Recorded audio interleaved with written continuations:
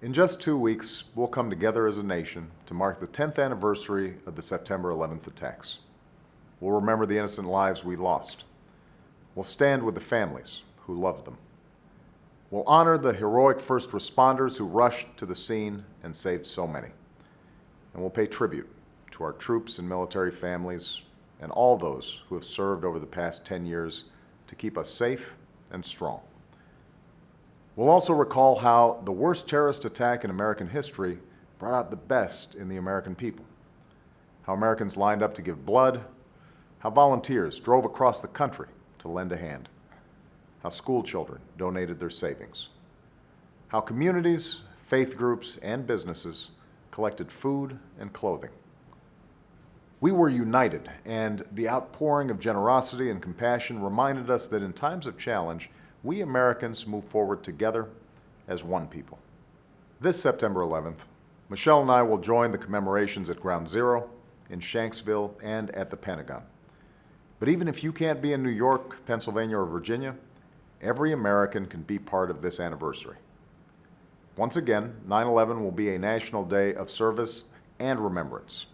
And in the days and weeks ahead, folks across the country, in all 50 states, will come together in their communities and neighborhoods to honor the victims of 9/11 and to reaffirm the strength of our nation with acts of service and charity.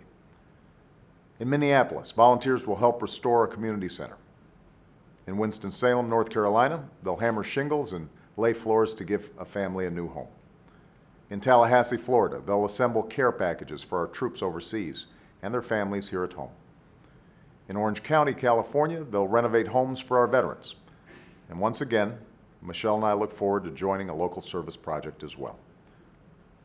There are so many ways to get involved, and every American can do something. To learn more about the opportunities where you live, just go online and visit Serve.gov. Even the smallest act of service, the simplest act of kindness, is a way to honor those we lost, a way to reclaim that spirit of unity that followed 9/11. On this 10th anniversary, we still face great challenges as a nation. We're emerging from the worst economic crisis in our lifetimes. We're taking the fight to Al-Qaeda and ending the war in Iraq and starting to bring our troops home from Afghanistan.